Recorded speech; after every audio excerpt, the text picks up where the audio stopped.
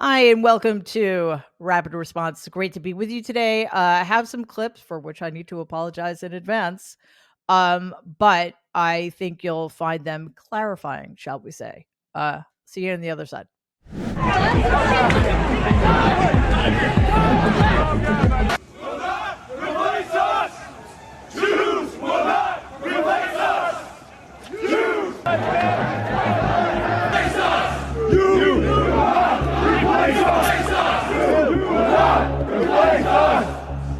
You will not replace us! Jews will not replace us! Jews will not replace us! Jews will not replace us!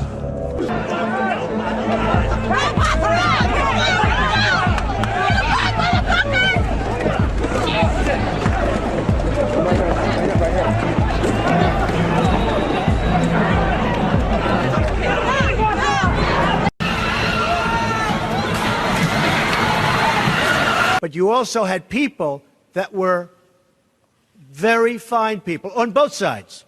You had people in that group, excuse me, I saw the same pictures as you did.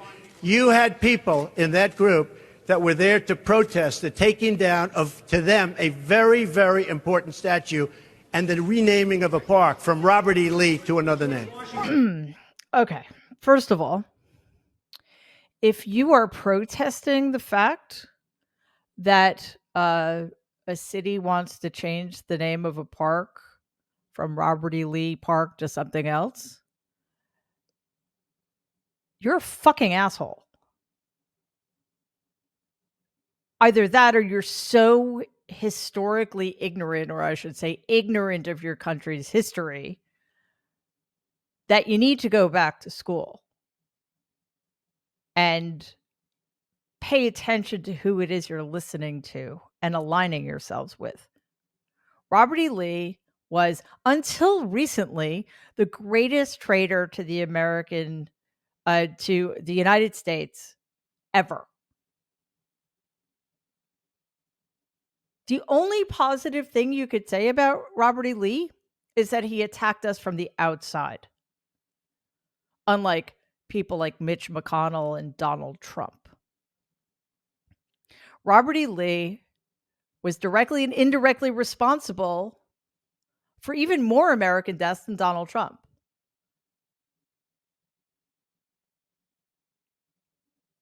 The fact that the guy wasn't hanged for treason is one of the most mind-boggling things ever not to have happened in American history. But the failure to hold him accountable and Jefferson Davis accountable, president of the Confederacy that fought a war against our country to ensure that rich white guys had the right to own other human beings, enslave them, torture them, rape them, murder them. The fact that those two monsters weren't held accountable, in fact, were rehabilitated as recently as the 1970s, when Gerald Ford, responsible for two of the worst pardons in American history, and Jimmy Carter, of all people, rehabilitated them.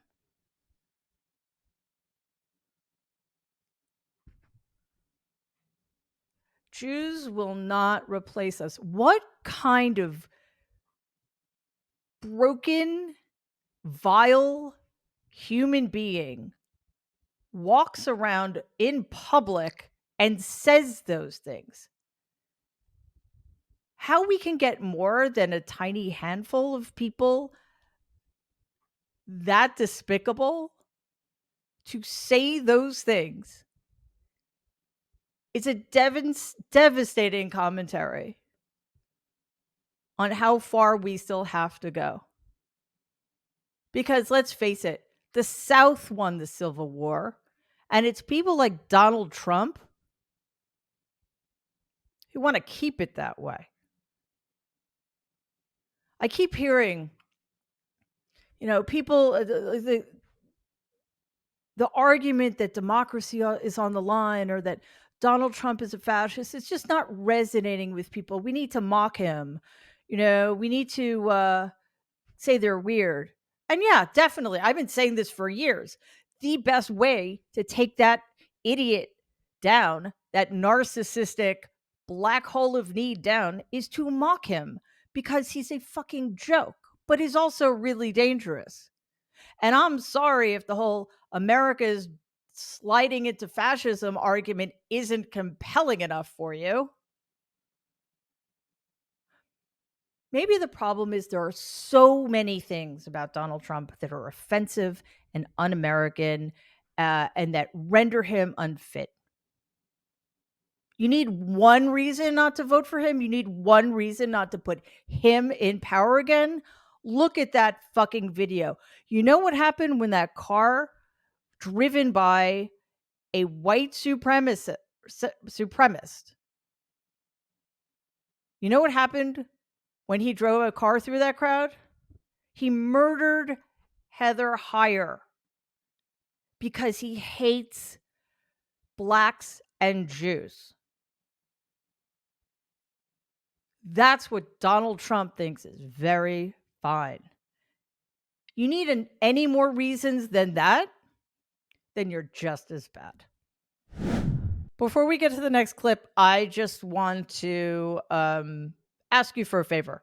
If you haven't already subscribed to Mary Trump Media, please do so. It doesn't cost anything. It just means you're alerted every time we have new content, which is every day. We are really on a mission to get as many subscribers as possible. We'd love to get to 100,000 this week, and we can't do it without you. So thank you for that. On to the next. It's ethics. The man told Mike Pence not to certify the election. The man called the Secretary of State, or was it governor? I forget, and asked for 11,072 votes. The man has stolen from more hardworking Americans. You were against Trump in 2016, though. You were against Trump in 2016. Right, but he was unethical then, and he's still unethical. And in 20, right? That's right, but that's the whole point. I actually started off supporting Donald, and then I got to know him better. When did you support him? Like 2015, I was like, he's great. He's he's not a typical Stepford candidate. I thought that was a positive. I would think that's a positive, right? A business guy who's pretty practical. But then I got to know not him. Ideological. Then I got to Trump University, Trump Soho, stole $4 million from a friend of mine that had sued to get it back. Mike Pence, 40 out of 44 people. Just take a look at the 4 years, because each of these are just going to be separate sort of personal attack rabbit holes. Look at the country in those 4 years. No, they're not personal attack rabbit holes. They're legitimate things that actually happened. So do you think the country, do you think the economy prospered and border crossing issues were far better under Donald Trump under those 4 years than they've been in the last 4 years? You disagree on that premise too. No, because if you look at border crossing, what was Obama's nickname? The deporter in chief. Mm-hmm. If you look at actual crossings, they were lower under Obama. And when Obama came in, they were higher, and he continued to lower them until the last couple months. On the economy, Obama took a fucked up economy and improved it, and Trump inherited that, right? And actually, inflation grew by 25% under Trump over Obama. The one certainty about the office of the President of the United States is the complete uncertainty, that you have no idea what comes next. Would you agree with that? Yes. Okay. And so in my mind, and I think a lot of people's minds that oppose Donald Trump, is that you want somebody there that is educated on the world, but more importantly, just is ethical, right? So that they make ethical decisions. One of the many, many things, actually, I think the list now is infinite. I resent Donald for is subjecting us to people like Vivek Ramaswamy. What a tiny man. Vivek, I'm not really sure what you're gunning for, but you're not going anywhere in this Republican Party. Just as Nick Fuentes and the other very fine people. Mark Cuban makes sense. The only thing that surprised me about what he said is that he ever thought Donald Trump was good in any way or successful in any way. Mark Cuban is a legitimately successful businessman. Like off the charts more successful than Donald Trump ever dreamed of being. But, he presented with evidence and data, he reassessed and came to a new conclusion, which is that Donald Trump is absolutely terrible. And not only is he not educated about, I don't know, immigration or the economy, he's just uneducated about anything. He doesn't know anything. And the fact that Donald and the word ethical would ever be used in the same sentence is a bit of a joke. So good for Mark Cuban for shutting down Ramaswamy's absurd contention that discussing actual positions Donald's held or actual things he's done, failures he's experienced is somehow going down a personal rabbit hole. And good for him for, making the rounds, because he's probably one of the very few people who can get access in that way. He's sort of like a stealth supporter, because Vivek probably thought that Mark Cuban was on his side or supported Donald. So thanks, Mark. Good job. The thought experiment sounds like his version of when they would say that Trump was joking about saying Russia, hack Hillary's emails. Whenever Trump would say something absolutely stupid that his people knew the public didn't accept, it was a joke. And I think it sounds like thought experiment is now their fallback. Look, this is a guy who said that Trump was America's Hitler. What he's been saying about childless cat ladies, what he's been saying about abortion pills, go down the line, are wildly unpopular. Even his criticism of Tim Walz on his military service, the leader of his ticket got out because of bone spurs. He said that STDs was his Vietnam, Donald Trump said. So do they really want to be fighting that fight with Tim Walz, who was in the military for 24 years? I just think that Vance is struggling to kind of get past the very, very bad reviews early on. And as the interview said, showed yesterday, he's having a hard time getting kind of on the other side of that. Well, JD Vance is struggling to keep people from seeing who he is. I mean, I think it's pretty simple. That sad little puffin who is JD Vance. Yeah. His saying that he was engaged in a thought experiment is laughable because I don't think he's any more capable of critical thinking than Donald Trump is capable of telling a joke. So let's not ever let them get away with that bullshit, because that's what it is. There's so much to suggest or prove that JD Vance is a misogynistic creep who actually does think that the only way for women in our society to be fulfilled is to have children. I mean, clearly he doesn't get the magic of cats, but that's to his detriment. It may be the only way in which I feel bad for him. We do owe JD a debt of gratitude, however, because he's the worst candidate. Not only that Donald Trump could have picked, go Donnie, my cousin. He's also, I think, the worst vice presidential pick in not just American history, but in human history. Like, in the Neolithic era,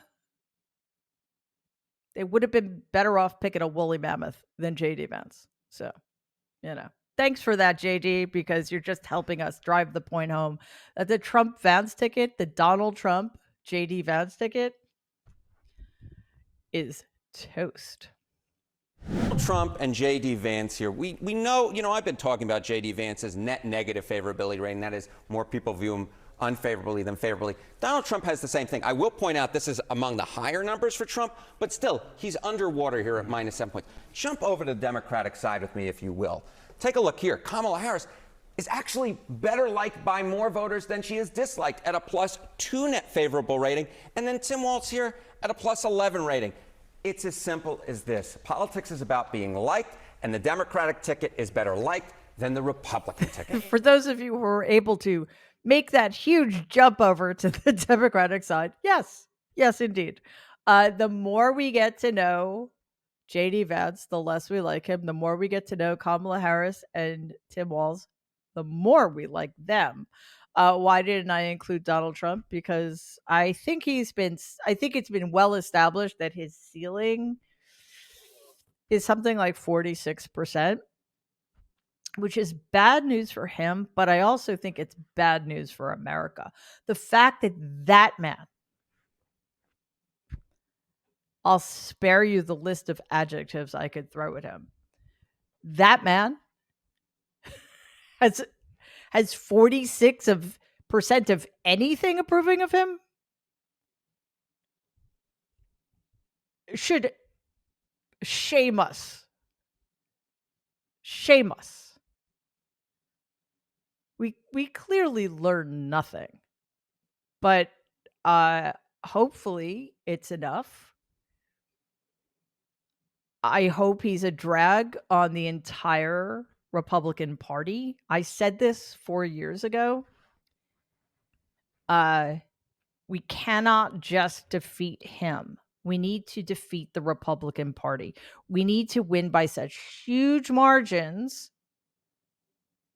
We need to win the presidential race by such huge margins that there is no way anybody will believe that the election was stolen or that anybody cheated.